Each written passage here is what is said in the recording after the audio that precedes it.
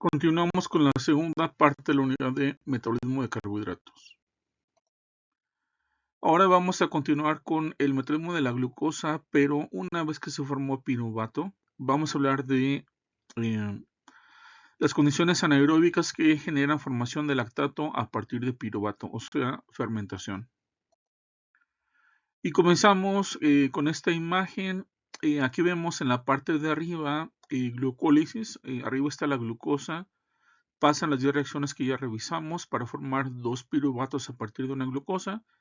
Dijimos la ganancia neta son 2 moléculas de ATP y 2 moléculas de NAD reducido.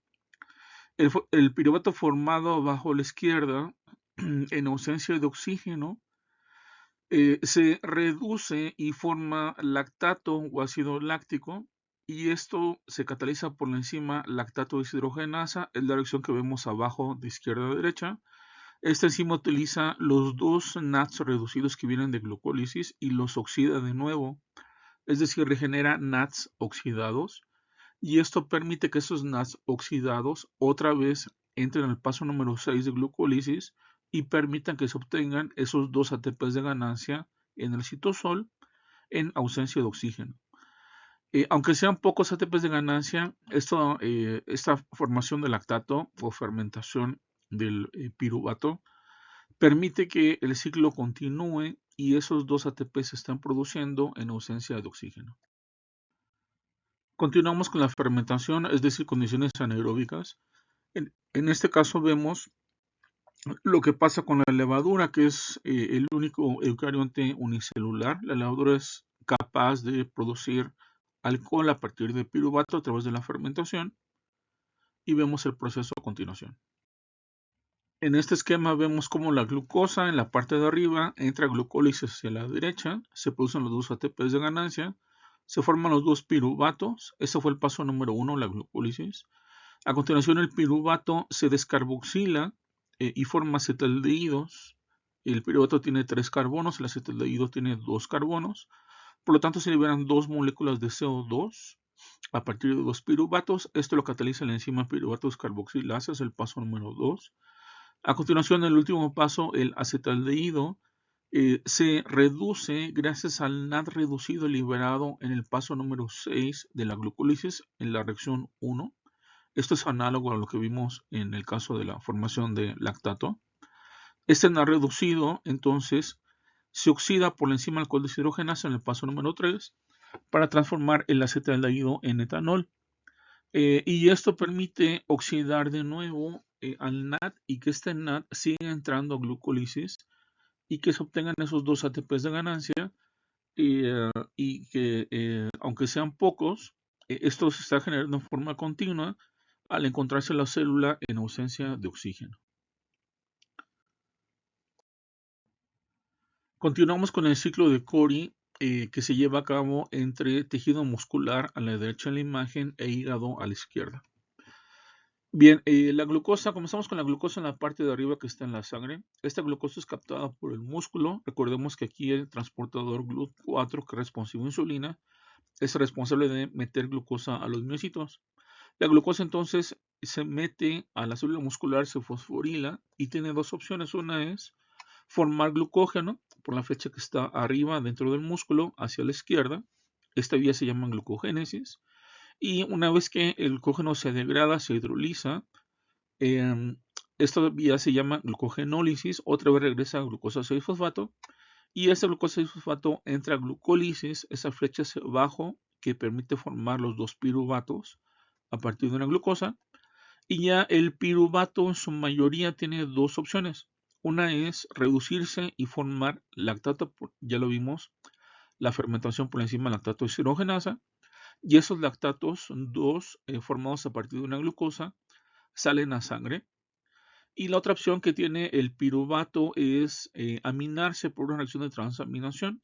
Y si le pegamos un grupo amino al piruvato, formamos alanina, que es un aminoácido. La alanina entonces formada en el músculo a partir del piruvato sale en la sangre. Y en menor cantidad el piruvato es capaz de salir solo como tal otra vez en la circulación. Estamos en el rectángulo azul de abajo. Entonces tanto lactato, piruvato como alanina entran de regreso al músculo Y aquí llevan a cabo el hígado gluconeogénesis. Esta vía de gluconeogénesis, que vamos a ver con detalle más adelante, permite que el lactato que entró a hígado, proveniente del músculo, se oxide, forme piruvato de nuevo, y ese piruvato se utiliza para formar glucosas. La flecha hacia arriba dentro del hígado. También la alanina en músculo se desamina, ese grupo amino se utiliza para formar urea dentro del hígado, y el esqueleto de carbonos de la alanina se convierte en piruvato, que también se convierte en glucosas por gluconogénesis. Y la glucosa en el hígado también puede provenir por glucogenólisis, que es el rompimiento de glucógeno, que es la flecha de glucógeno hacia glucosa de fosfato por la parte de arriba, dentro del hígado, y ya la glucosa sale de nuevo a sangre y regresa al músculo. Esta vía le permite entonces al músculo estar obteniendo glucosas y llevar a cabo la glucólisis dentro de sus células y obtener 2 ATPs de ganancia. Esto, repito, pasa cuando no hay suficiente oxígeno en el músculo, cuando la demanda de contracción es muy alta y no se lleva a cabo glucólisis aeróbica. Solamente el piruvato se transforma en alanina y lactato. Continuamos con las condiciones aeróbicas del metabolismo de carbohidratos y ahora vemos qué le pasa al piruvato formado a partir de glucólisis, el cual se transporta a la mitocondria, y dentro de la mitocondria hay una enzima que se llama piruvato deshidrogenasa, que forma moléculas de acetilcoenzima A, una por cada piruvato que entra, y en el proceso descarboxila el piruvato, por eso se forman 2 moléculas de CO2, y esta acetilcoenzima formada dentro de la mitocondria posteriormente ingresa al ciclo de Krebs. Muy bien, esta es la enzima que les comentaba, piruvato deshidrogenasa. Esta enzima entonces toma un piruvato que viene de glucólisis, que se transporta hacia la matriz mitocondrial.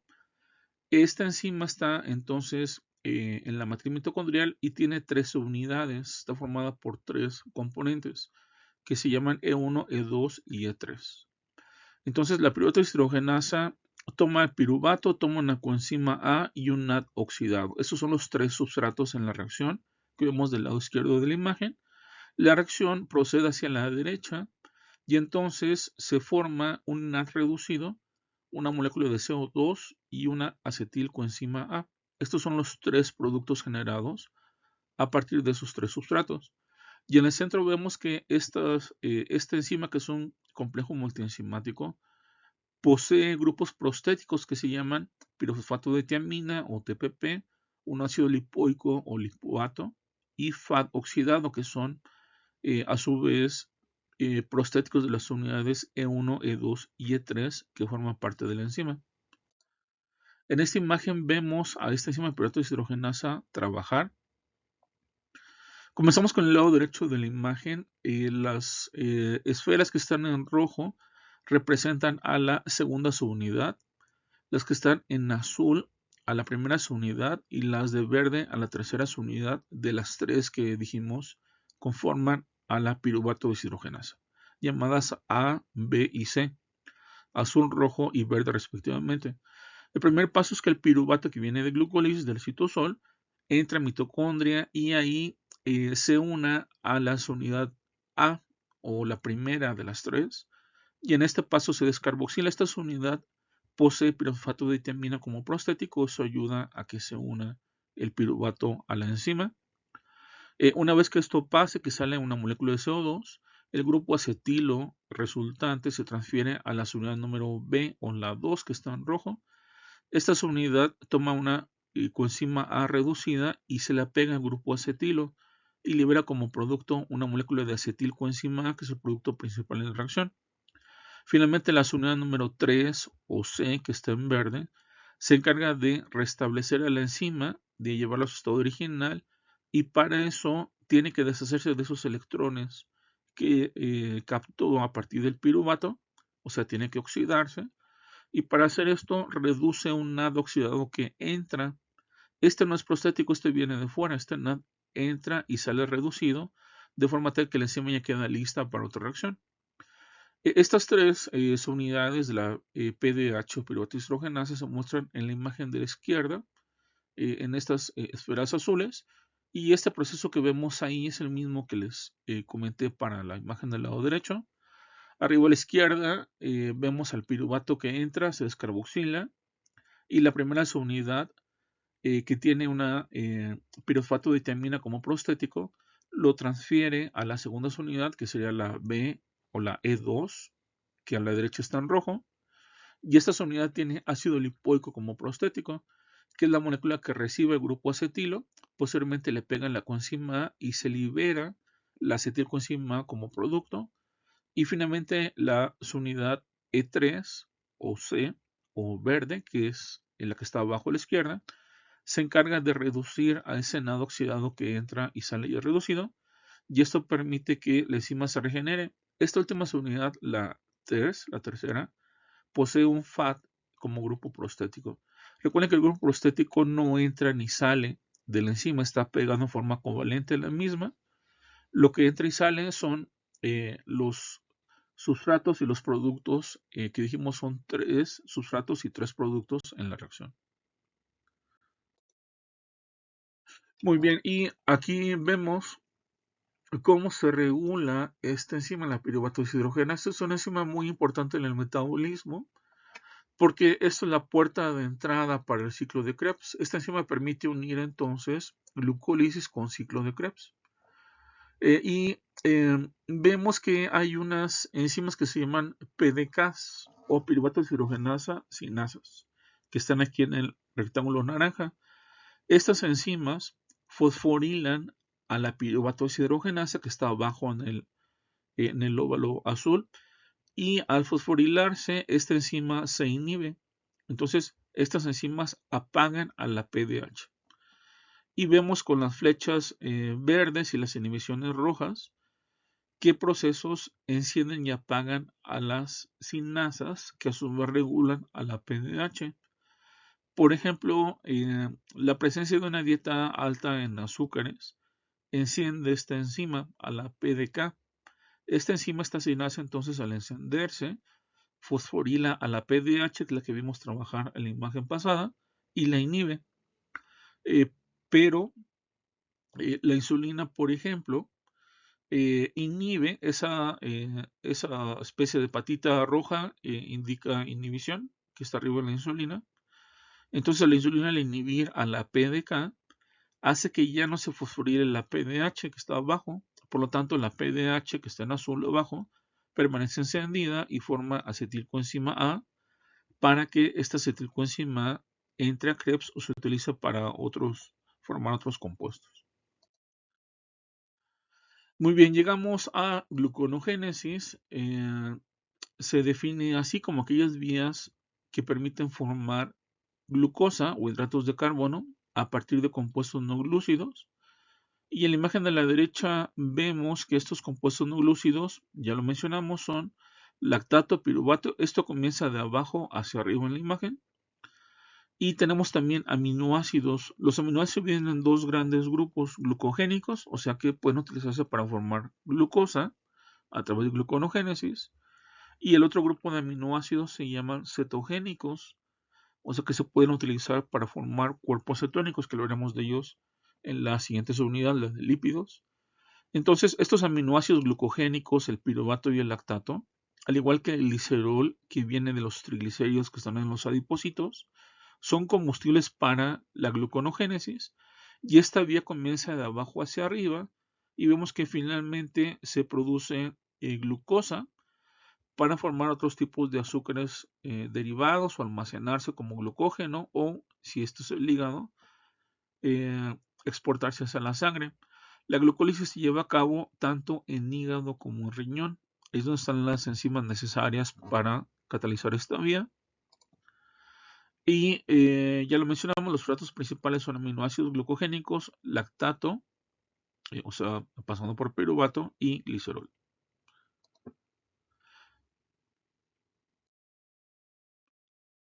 Muy bien, y algo que permite regular tanto glucólisis como gluconogénesis es un metabolito. Esto es importante porque la célula no puede echar a andar ambas vías al mismo tiempo. Eso sería un desperdicio energético. Entonces la célula tiene que decidir si lleva a cabo glucólisis o si lleva a cabo gluconogénesis. Y eso depende del ambiente hormonal.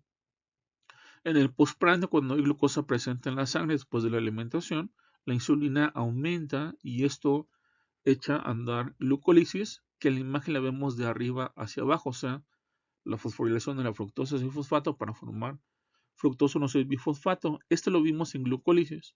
Esta es la tercera enzima, el tercer paso de glucólisis de las 10 que revisamos, y está catalizado por la enzima PFK1 o fosfofructosinasa 1. Esta enzima entonces fosforila a la F6P para formar F16BP de arriba hacia abajo en glucólisis, pero si queremos formar glucosa a partir de los precursores que ya vimos en la imagen pasada, la vía que se echa a andar es gluconogénesis. Y dijimos que esta enzima, la tercera de glucólisis, es unidireccional, no trabaja de abajo hacia arriba. Entonces tenemos que tener a otra enzima que haga lo que esta no puede revertir.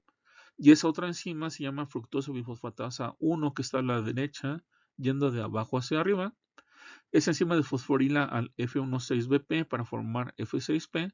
Y esta enzima FBPasa forma parte de gluconogénesis. Entonces, algo muy importante aquí es que la célula decida cuál de estas dos vías echa a andar, porque repito, esto no se puede echar a andar en forma simultánea. Y esto lo vemos aquí en esta imagen.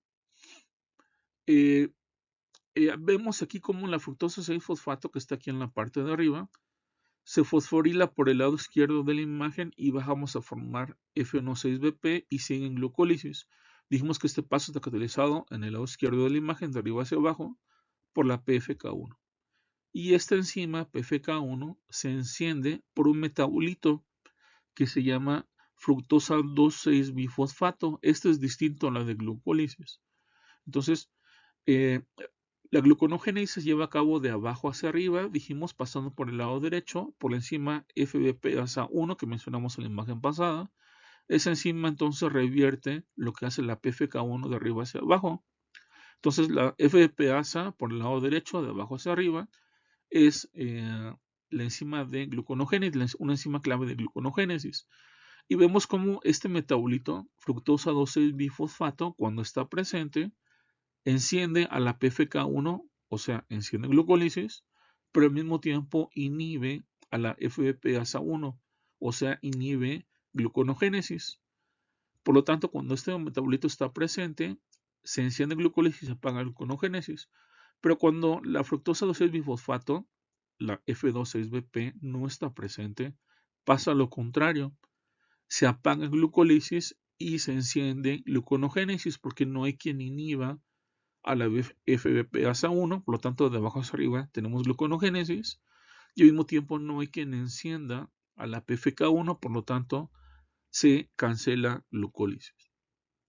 Entonces aquí la pregunta es ¿cómo se produce este F26BP, que es el que decide si se echa a andar glucólisis o gluconogénesis, pero no ambas en forma simultánea? En esta imagen vemos entonces cómo se produce fructosa 2,6-bifosfato, que dijimos es la que decide si se entra a glucólisis o a gluconogénesis.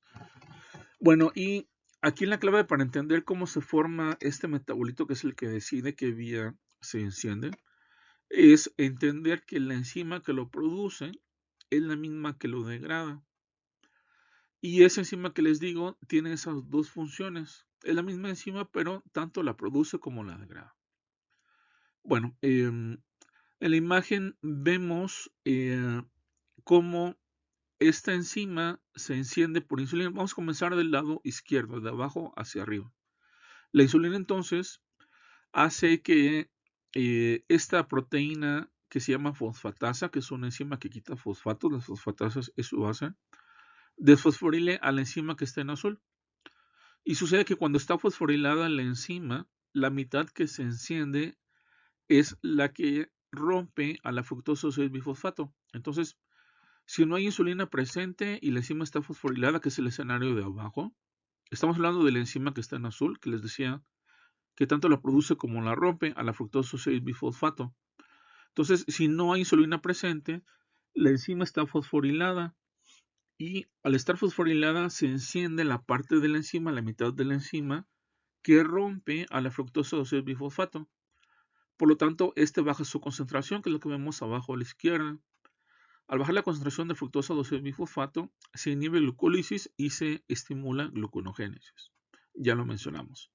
Entonces llega la insulina, comemos algo, aumenta la glucosa, se libera insulina, y la insulina enciende a una fosfatasa. Esta fosfatasa le quita el fosfato a la enzima que está abajo y la lleva a la que está arriba, ya sin fosfato. Y cuando esta enzima no tiene fosfato, la mitad que se enciende es la que produce F2,6-BP. Entonces aumenta la concentración de fructosa bifosfato y dijimos que esto hace que se encienda la glucólisis y que se inhiba gluconogénesis. Posteriormente estamos en ayuno, baja insulina, aumentan las hormonas catabólicas y pasamos de arriba hacia abajo por el lado derecho de la imagen, porque se encienden hormonas catabólicas como glucagón, epinefrina, cortisol, que lo que hacen es encender a una cinasa. La cinasa, recuerden, fosforilan proteínas, lo contrario de las fosfatasas. Entonces, si se enciende esa cinasa por las hormonas asociadas al ayuno, esta cinasa fosforila a esta enzima que está en azul y la lleva a la parte de abajo. Entonces, al estar fosforilada, ya dijimos, baja la F2,6-BP y entonces se enciende gluconogénesis y se apaga glucólisis. Y recordemos también que otro de los combustibles para gluconogénesis es el glicerol. El glicerol viene de los triglicéridos que están almacenados en los adipocitos. Solamente que cuando estamos en ayuno, las hormonas catabólicas, glucagón, epinefrina, cortisol, inducen lipólisis. Vamos a ver cómo se hace esto más adelante. Y la lipólisis entonces rompe los triglicéridos que están almacenados en los adipocitos y libera 3 ácidos grasos libres y un glicerol. Los ácidos grasos libres se liberan por acción de la enzima llamada lipasa. Estamos hablando de la imagen de arriba hacia abajo, la primera flecha. Ahí está la lipasa, que libera esos ácidos grasos libres que salen a la sangre y se van al músculo, a hígado, a tejidos periféricos, para entrar a beta-oxidación y formar acetilcoenzima A. Esto lo vamos a ver más adelante. Y entonces también se liberan por cada triglicérido una molécula de glicerol en adición a los 3 ácidos grasos que lo conforman al triglicérido. Y entonces el glicerol sale a sangre, llega a hígado y ahí se fosforila por la enzima glicerol sinasa y se forma glicerol 3-fosfato. Y ese glicerol 3-fosfato se oxida por la glicerol 3-fosfato deshidrogenasa y se convierte en dihidroxicetona fosfato y sigue ahí la vía de gluconogénesis hacia arriba para formar glucosa. Entonces, así es como el glicerol que estaba originalmente en los adipocitos en forma de triglicéridos, llega al hígado y es combustible para gluconogénesis.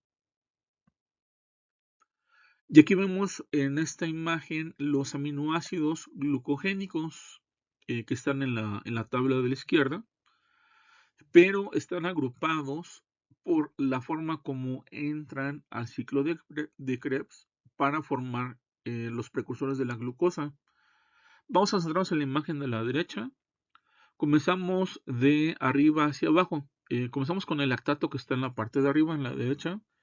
Ese lactato viene de la fermentación producida por la glucólisis anaeróbica en ausencia de oxígeno. Dijimos que era un combustible también de gluconogénesis porque el lactato entonces se oxida y forma piruvato. El piruvato también se puede formar por muchos aminoácidos. Vemos que alanina, cisteína, glicina, serina y triptófano forma también piruvato.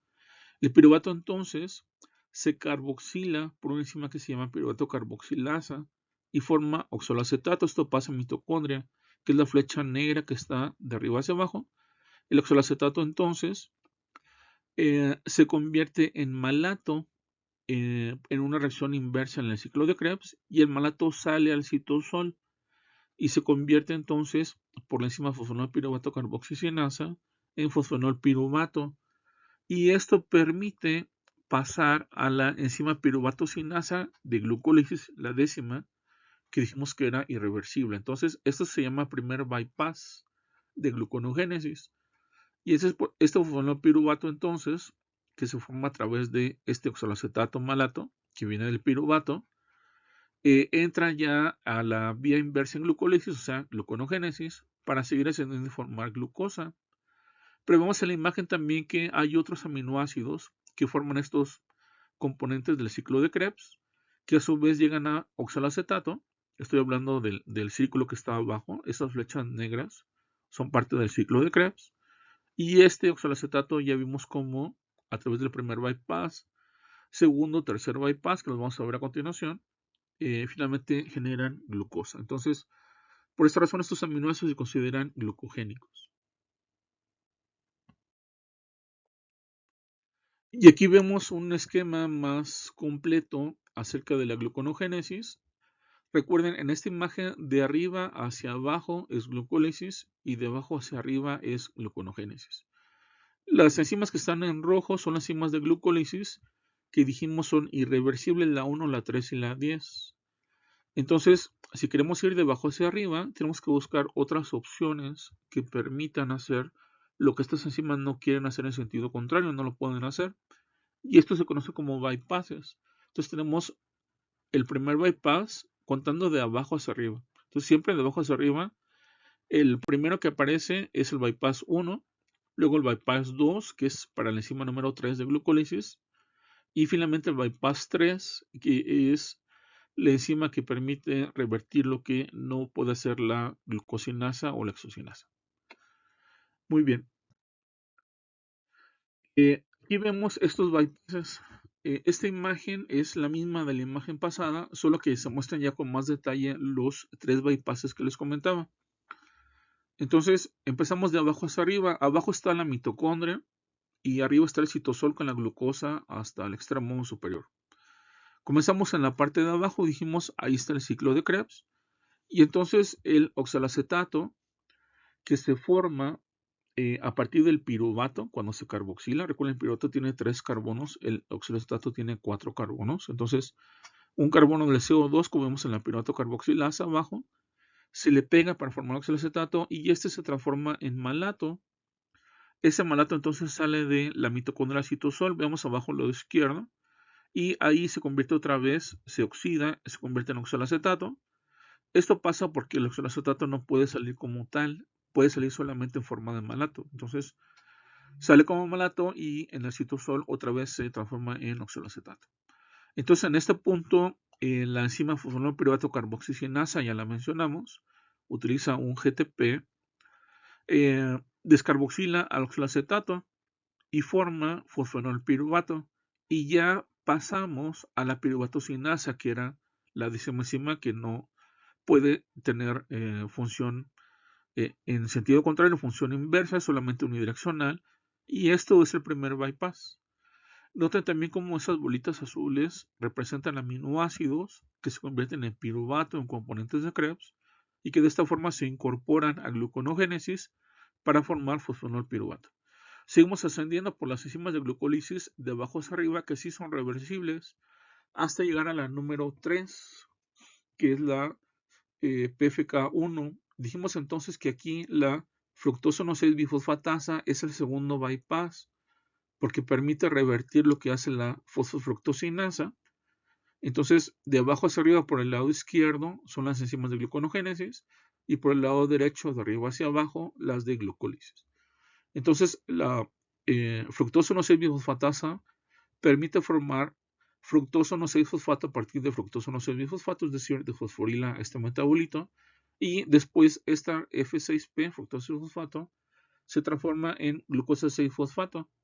Y viene el tercer bypass, que es para revertir lo que hace la glucosinasa o la exocinasa. Y la enzima responsable del tercer bypass se llama glucosa 6-fosfatasa. Esta enzima entonces quita el fosfato a la G6P para formar glucosa. Y esta glucosa entonces puede salir, si estamos en el hígado, puede salir a la circulación. Esta enzima glucosa 6-fosfatasa es muy importante porque desfosforila a la glucosa 6-fosfato y libera glucosas. En el caso del músculo, la glucosa que viene del glucógeno, a través de glucogenólisis, no se puede desfosforilar. Esa glucosa que viene del glucógeno, el músculo y el hígado, sale como glucosa 6-fosfato. Pero solamente el hígado es capaz de, porque solamente expresa a esta enzima, el músculo no, a la glucosa 6-fosfatasa, el hígado es capaz de fosforilarla y liberar la glucosa, y entonces la glucosa ya sale hacia la sangre. Pero el músculo, como no tiene esta enzima, no puede desfosforilarla y la glucosa no puede salir a la circulación. Entonces la glucosa en músculo que viene del glucógeno, que repito sale como glucosa 6-fosfato, se utiliza para autoconsumo y no contribuye a la glucemia porque no posee esta enzima. En cambio el hígado, que sí expresa esta enzima, es capaz de contribuir a la glucemia porque libera esa glucosa que viene fosfatada de glucógeno, la desfosforila, y esa glucosa ya como tal, sin fosfato, sale a la sangre para contribuir a la glucemia en el ayuno. Continuamos con glucogénesis, que es la vía que permite formar glucógeno, y aquí tenemos una enzima clave para este proceso. Esta enzima lo que hace es polimerizar glucosas con enlaces alfa 1,4 para formar el glucógeno. Y recuerden alfa 1,6 para el punto de ramificación.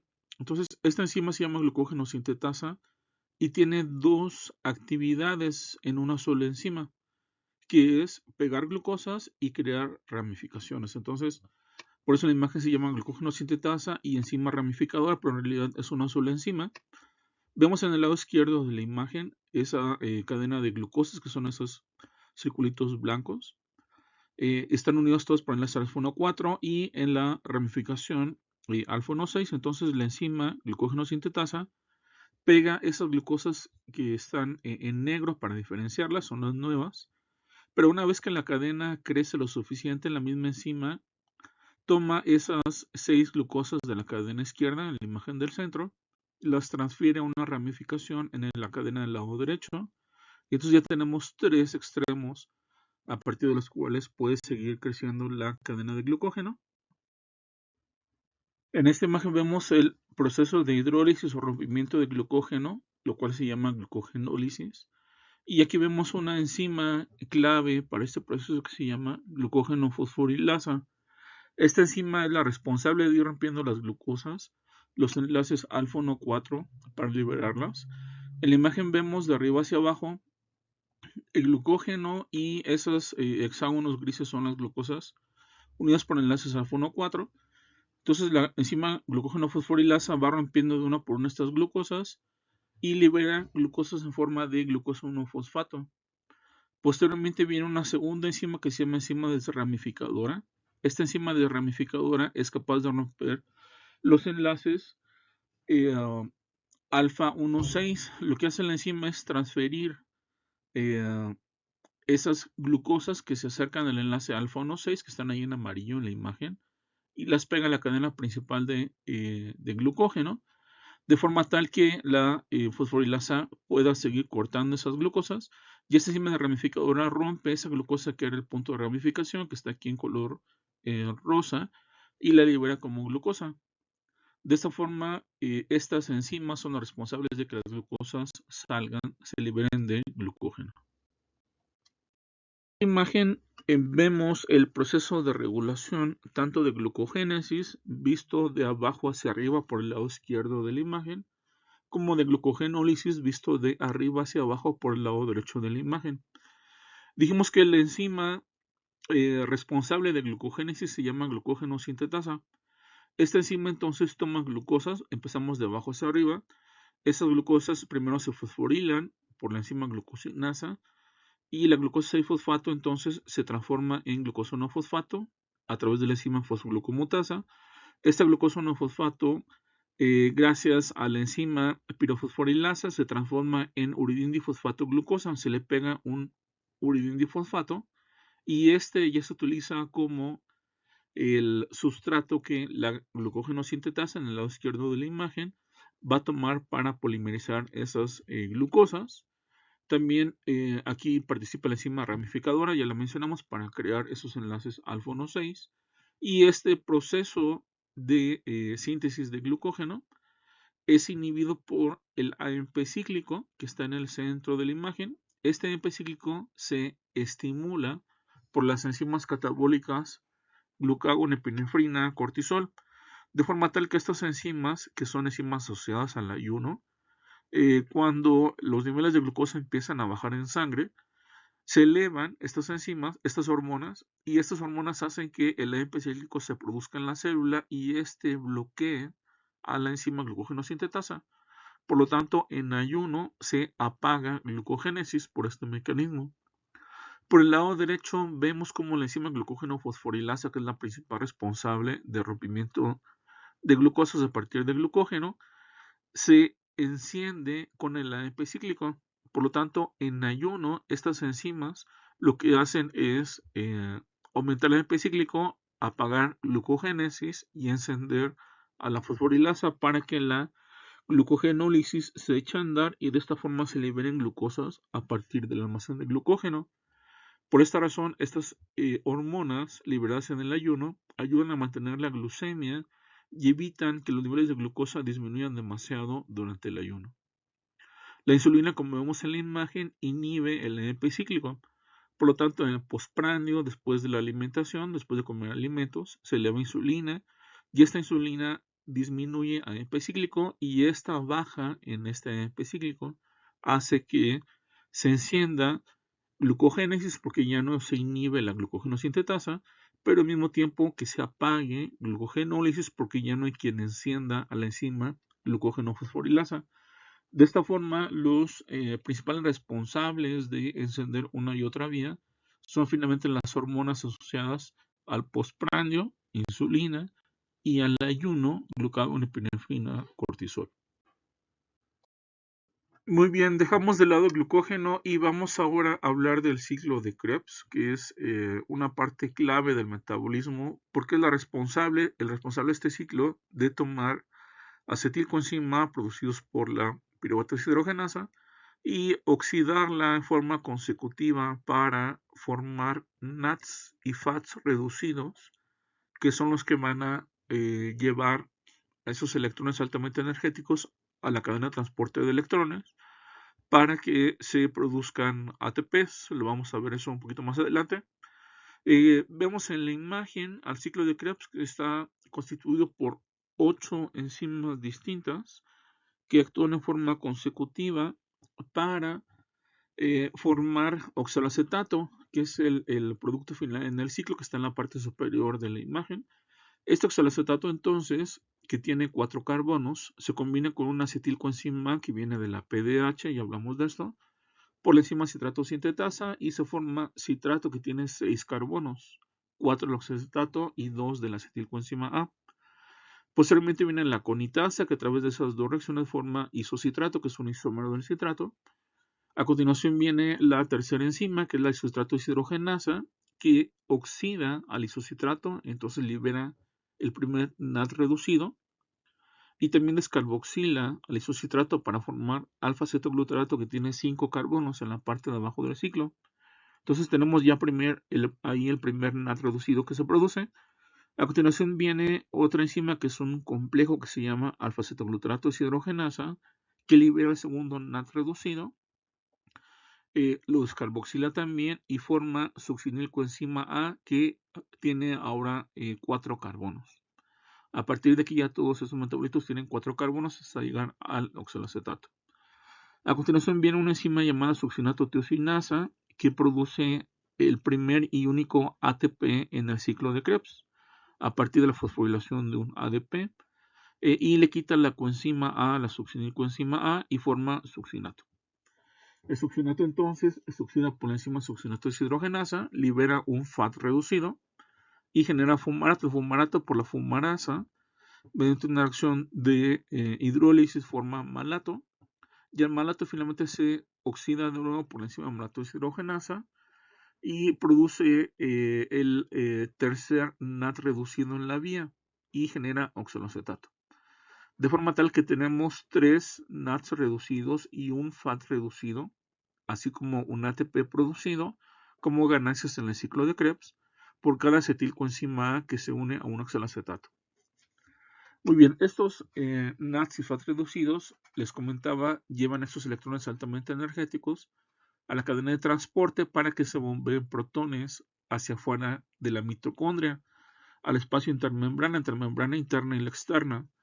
Estos protones entonces regresan por una diferencia de gradientes, una fuerza protomotriz, hacia la matriz mitocondrial a través de la enzima ATP sintetasa, la cual fosforila ADPs para formar ATPs, y esta es la principal fuente de ATPs en la célula. Esto que está aquí es un acrónimo para recordar los nombres de los metabolitos de Krebs.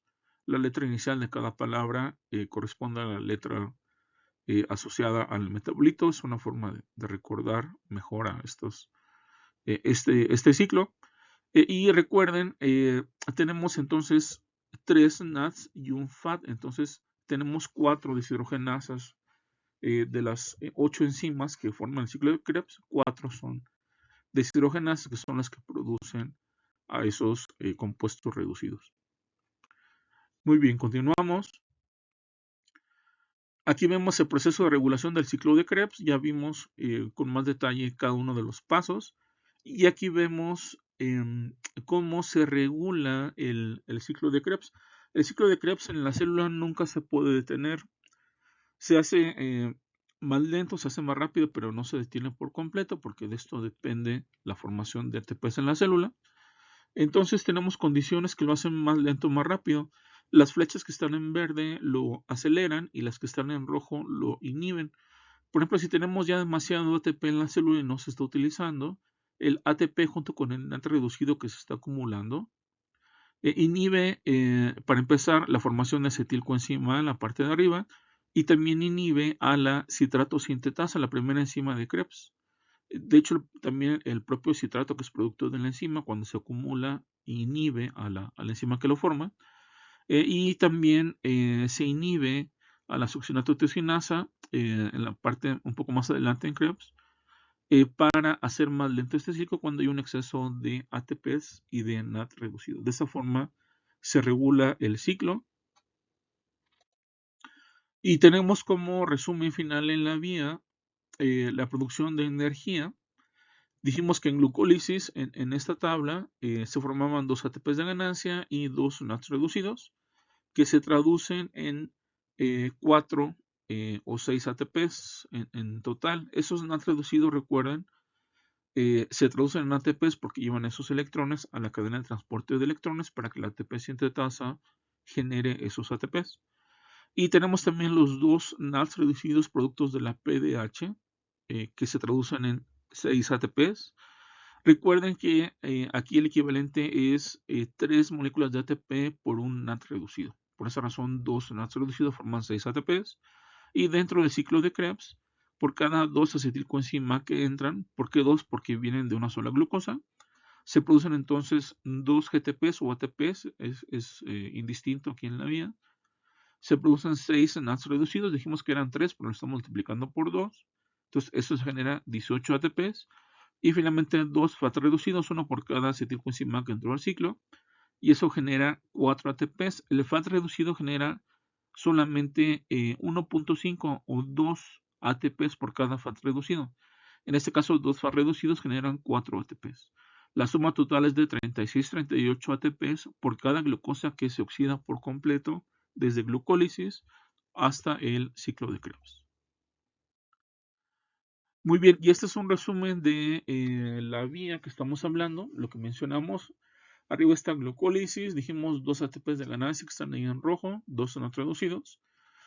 Se forma el piruvato, 2 piruvatos por cada glucosa. Esto se transporta a la mitocondria y está la PDH que forma acetilcoenzima A y otros 2 NATs reducidos. La acetilcoenzima entonces entra a Krebs. Entonces, por esos 2 acetilcoenzima que entran a Krebs, se producen 6 NATs, 2 FATs, 4 moléculas de CO2 y 2 GTPs o ATPs por la enzima teosinasa. Entonces, en total tenemos 10 NATs reducidos. Vemos a la derecha en la imagen, igual que 2 FATs reducidos. Y eso nos genera entonces 34 ATPs de ganancia en la fosforilación oxidativa, que les comentaba es la acción del transporte de electrones para bombear protones, y que la ATP sintetasa transforma ese flujo de protones en ATPs. Muy bien, en cuanto a la glucemia, es importante destacar que los combustibles para las células, los más importantes son glucosa y ácidos grasos. Pero para el cerebro en condiciones normales solamente prefiere glucosa, es el único combustible, es el preferencial del cerebro. En ciertas condiciones ya puede tomar otro tipo de combustibles como son cuerpos cetónicos, pero en condiciones normales solamente utiliza glucosa. También el músculo utiliza glucosas y entonces para asegurarse de que el cerebro tenga glucosa suficiente para trabajar, al igual que otros tejidos, los combustibles se almacenan. Dijimos que esto pasa en forma de glucógeno en el hígado, pero ese glucógeno no dura más de 12-16 horas de ayuno. Pero para generar glucosa por tiempos más largos se echa a andar del mecanismo de gluconogénesis, que dijimos es transformación de compuestos no glúcidos en glucosa. Muy bien, el cerebro es el principal consumidor de glucosa. En condiciones normales consume un promedio de 120-150 gramos de glucosa por día. Y la glucosa es el único combustible del cerebro en condiciones normales. El cerebro, dijimos, no almacena glucógeno y tampoco puede llevar a cabo beta oxidación. Lo vamos a ver más adelante. Eso quiere decir entonces que no puede metabolizar, no puede oxidar ácidos grasos como combustible, a diferencia del hígado, riñón o el músculo. Es un tejido tan especializado que no oxida ácidos grasos y requiere siempre oxígeno para metabolizar la glucosa. Los dos ATPs producto de glucólisis anaeróbica no le sirven a la neurona, por eso en ausencia de oxígeno las neuronas se mueren por falta de energía, de forma tal que la glucosa no puede ser interrumpida y junto con otros tejidos que expresan también a estos transportadores GLUT2 y GLUT3, que son los responsables de llevar glucosa a las neuronas, son los que consumen más de la mitad de la glucosa en la circulación. Y aquí vemos qué pasa cuando los niveles de glucemia disminuyen. Esto se llama hipoglucemia en nosotros. El rango normal va de 70 a 100 miligramos por decilitro de glucosa en sangre. Ya en niveles cercanos a 60 miligramos hay signos neurológicos ligeros como hambre, liberación de hormonas hiperglucemiantes, glucagón, epinefrina, cortisol. 50 miligramos encontramos sudoración, temblor fino. 40 miligramos ya puede haber menos de 40 letargia, convulsiones, coma, que es una disminución de la conciencia, el estado de conciencia, y ya cercanos a 10 miligramos por decilitro puede haber daño cerebral permanente y por supuesto la muerte. Aquí vemos los niveles normales de glucosa. Característicamente el problema en la actualidad en países como el nuestro es un exceso de glucosa en sangre, producto de una dieta inadecuada, sedentarismo, y esto nos lleva a alteraciones como prediabetes o diabetes mellitus tipo 2, de forma tal que los valores normales de glucemia, dijimos, son de 70 a 100 miligramos por decilitro. Y esto tiene correspondencia con algo que se llama hemoglobina glicosilada o HbA1c, que se expresa en porcentaje. Sucede que si se eleva mucho la glucosa en sangre, la hemoglobina que está en los eritrocitos se glicosila, o sea, se le pegan esas glucosas a la sangre. Y si se mide qué tanta hemoglobina está glicosilada, se puede saber cuál ha sido el promedio de glucosa en la sangre en los últimos días. Por lo tanto, niveles normales son menores de 5.7%. En prediabetes, la glucemia en ayuno, estos son cifras en ayuno, va de 100 a 125 miligramos, hemoglobina de 5.7 a 6.4%, y ya arriba de 126 miligramos por decilitro, que equivale a más de 7 milimoles por litro, nos hablan de un diagnóstico de diabetes mellitus tipo 2. Esto quiere decir arriba de 6.5 de porcentaje de hemoglobina glicosilada. Y hay otra técnica también para diagnosticar alteraciones en el manejo de la glucosa que se llama curva de tolerancia oral a la glucosa, donde se le da una carga de glucosa a la persona en ayunas y se ve cuánto tiempo tarda en descender. Se mide cada 30 minutos la glucemia, se toma una muestra de sangre durante 2 horas, se grafica esta curva y lo normal es que después de 2 horas la glucemia sea abajo de 140. Si está arriba de 140 a 199, se puede diagnosticar prediabetes, que es un estado previo a la diabetes, y arriba de 200 miligramos ya es diagnóstico de diabetes mellitus tipo 2. Bien, aquí vemos en esta tabla efectos metabólicos de la epinefrina o adrenalina.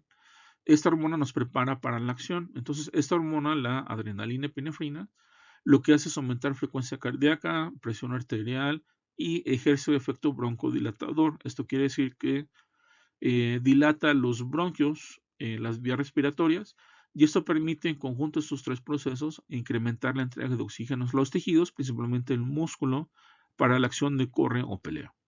A nivel metabólico, la epinefrina aumenta glucogenólisis, vemos ahí en la tabla, baja glucogénesis, aumenta gluconogénesis, aumenta glucólisis, aumenta lipólisis en tejido adiposo, produce secreción de glucagón por el páncreas, que es una hormona también muy parecida en este sentido a la epinefrina, y disminuye secreción de insulina. Y en cuanto a glucagón, que también es otra hormona que regula la glucemia, el glucagón induce un aumento en la glucogenólisis a nivel hepático, baja glucogénesis en el hígado, baja glucólisis en hígado y aumenta gluconogénesis en hígado. Asimismo, igual que en el caso anterior de la epinefrina, induce lipólisis en el tejido adiposo. En la columna de la derecha de esta tabla vemos a las enzimas blanco, que son las que el glucagón modifica, ya sea que aumente la actividad o disminuye su actividad para generar estos efectos que estamos comentando. Por último, vamos a analizar esta imagen que nos muestra qué pasa con las hormonas que disminuyen la glucemia, o sea, acción hipoglucemiante, hablamos de insulina, y las hormonas que son hiperglucemiantes aumentan la glucemia, hablamos de glucagón, epinefrina, cortisol y también hormona de crecimiento. Bien, vemos en la gráfica de abajo los niveles de glucosa, insulina, glucagón y los eventos de alimentación, o sea, el desayuno, comida y cena, para una persona promedio en relación a 24 horas en el día en el eje de las X. Entonces, comenzamos con los niveles de glucosa. La gráfica muestra qué pasa en relación a la ingesta. Tenemos el desayuno a las 6 de la mañana en la parte de abajo, que es esa barra azul. Y entonces la ingesta de alimentos obviamente aumenta la glucemia y esto genera un pico de insulina, que es esa curva en naranja. Y al aumentar la glucemia, las hormonas hiperglucemiantes, glucagón, epinefrina, cortisol, disminuyen, por eso esa curva verde es hacia abajo. Estas hormonas se comportan en dirección contraria a la insulina. Si la insulina aumenta, estas hormonas disminuyen. Si la insulina baja, estas hormonas aumentan. De forma tal que después de la alimentación, después de consumir alimentos, en el postprandio, la insulina disminuye, baja la glucosa y estas hormonas empiezan a aumentar, como el glucagón, que es la curva verde. Este aumento de glucagón impide que la glucemia siga disminuyendo, entonces eso permite mantener la glucosa en límites normales para que tejidos como el cerebro sigan funcionando. Llegamos a la comida principal, que es a mediodía. La segunda barra de izquierda a derecha, en el centro de la imagen, en la parte de abajo, vemos otra vez el pico de insulina, el pico de glucosa y la disminución en glucagón. Pasa el periodo de alimentación, baja insulina, baja glucosa, aumenta glucagón. Y esta elevación de glucagón, repito, permite mantener los niveles de glucosa normales. Y finalmente viene el último pico cerca de las 6 de la tarde en la noche, correspondiente a la cena durante el día. Y otra vez se eleva glucemia, se eleva insulina, baja glucagón. Y durante la noche, ya que disminuye la insulina y la glucosa, el glucagón es responsable, lo dijimos, de mantener los niveles de glucosa, igual que la epinefrina, cortisol, la hormona de crecimiento. Dijimos, entre los mecanismos que utiliza para esto es echar a andar glucogenólisis, gluconogénesis, apaga glucogénesis, para ayudar a que la glucemia no disminuya demasiado durante el ayuno. Muy bien, llegamos a la parte final de metabolismo de carbohidratos. Muchas gracias por su atención. Y continuamos con la siguiente unidad.